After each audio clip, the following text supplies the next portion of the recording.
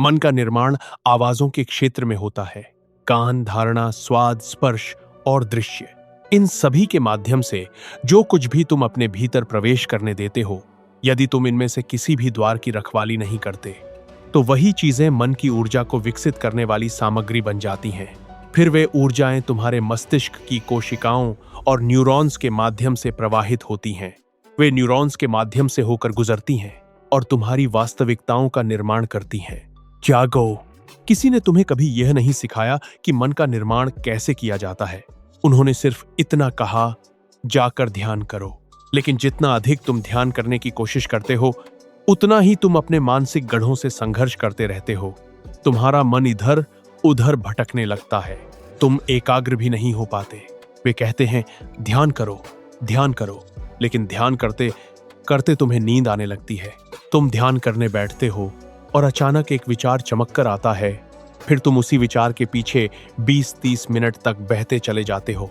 फिर कहा जाता है ध्यान करो, ध्यान करो, ध्यान करो, इसी से तुम्हारा मन नया होगा। लेकिन उसी समय जिस मानसिक गढ़ को तुमने गिराया नहीं है, वह एक नई कल्पना बना देता है और तुम्हें वही पुराने दृश्य दिखाने लगता है। जैसे जब तुम उस व्यक्ति के साथ व्यभिचार कर रहे थे, तब तुम कहते हो यीशु के नाम में मैं इस चित्र को बांधता हूं। इसका अर्थ है कि लोग वास्तव में ध्यान का अर्थ ही नहीं समझते। वचन का उच्चारण किए बिना सच्चा ध्यान संभव नहीं है। व्यवस्था की यह पुस्तक तेरे मुंह से कभी अलग न होने पाए।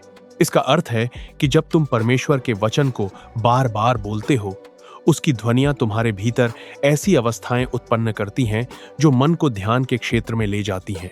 इसे वह एन्चेंटमेंट अर्थात वचन का निरंतर उच्चारण कहते हैं।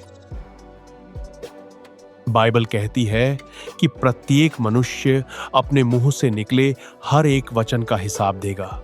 इसलिए शब्द केवल बोले नहीं जाते, वे मन के आयामों में प्रवेश करते हैं और उन्हें आकार देते हैं। यदि तुम ध्यान में प्रवेश करना चाहते हो तो बातों को लिखो।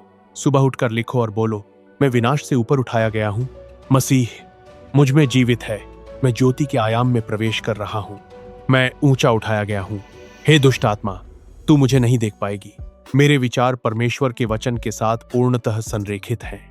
मेरे कार्य पवित्र आत्मा के द्वारा तैयार किए गए हैं। यदि हम कहते हैं कि हम परमेश्वर की छवि को धारण करते हैं और हम परम प्रधान की संतान हैं, तो इसका अर्थ है कि हम अपने पिता के समान हैं और उसी के समान व्यवहार करते हैं। बाइबल कहती है परमेश्वर उन बातों को जो नहीं है इस प्रकार बुलाता है मानो वे हों। परमेश्वर उन बातों को जो नहीं है इस प्रकार बुलाता है मानो वे पहले से ही हों। इसलिए ध्यान को सही रूप में विकसित करने और एक नया मन बनाने का तरीका है कि गहरी और आत्मिक बातों को लिखो। सुनिश्चित करो कि तुम वातावरण में कुछ बोल रहे हो। सुनिश्चित करो कि सुबह उठते ही तुम परमेश्वर का वचन बोल रहे हो।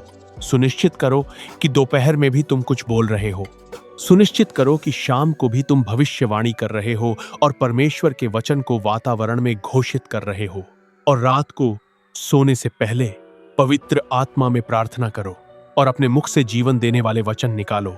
समय के साथ जो कुछ भी तुम लगातार बोलते रहोगे, वही तुम्हारे न्यूरॉन्स में गहराई से अंकित होने लगेगा और अंततः वही तुम्हारे भविष्य की वास्तविकता बन जाएगा। तुम अपने वर्तमान मानसिक गढ़ों को अस्थिर कर सकते हो यदि तुम विश्वास के ऐसे कथन और घोषणाएं लिखो जो उन गड्ढों को तोड़ दें और उनके स्थान पर एक नई मानसिक संरचना का निर्माण करें। उनसे केवल कल्पनाओं के स्तर पर लड़ने की कोशिश मत करो, क्योंकि उसी क्षेत्र में पहले से एक मजबूत गढ़ बना हुआ है। तुम्हारे भीतर ऐसी विरोधी कल्पनाएं हैं जिन्हें पहले गिराया जाना आवश्यक है। इसलिए इस अवस्था में केवल चुपचाप ध्यान करना पर्याप्त नहीं होगा, क्योंकि तुम्हारे मन में पहले से मौजूद दूसरी कल्पनाएं और मजबूत गढ़ अभी तक कमजोर या नष्ट नहीं किए गए हैं। उन्हें पहले गिराना होगा, उन्हें तोड़ना होगा। यह कैसे होगा? लिखो, विश्वास के वचन लिखो, परमेश्वर के वादे लिखो, अपने जीवन के लिए सत्य लिखो। फिर उन्हें बार बार पढ़ो, बोलो और घोषित करो जब तक कि वे पुराने मानसिक गड्ढों का स्थान लेकर तुम्हारे मन में नई वास्तविकता स्थापित न कर दें। तुम अभी अपने मन पर निर्भर नहीं हो सकते। मन अभी भी नया बनाया जा रहा है। तो फिर हम अपने मन का नवीनीकरण कैसे करें? हम परमेश्वर के वचन को लिखते हैं। लिखो और दोहराओ, लिखो और दोहराओ। बस यही करना है, लिखो, दोहराओ और उसे स्वीकार करो। आत्मिक जगत में तुम एक नई रचना कर रहे हो। आत्मिक जगत में तुम कल्पनाओं को गिरा रहे हो। आत्मिक जगत में तुम हर विचार को परमेश्वर के वचन की आज्ञाकारिता में ला रहे हो।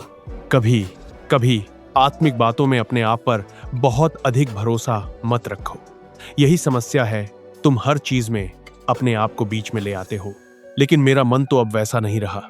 मेरे विचार, मेरे कर्म, तुम पहले से ही जानते हो कि नींव में ही समस्या है।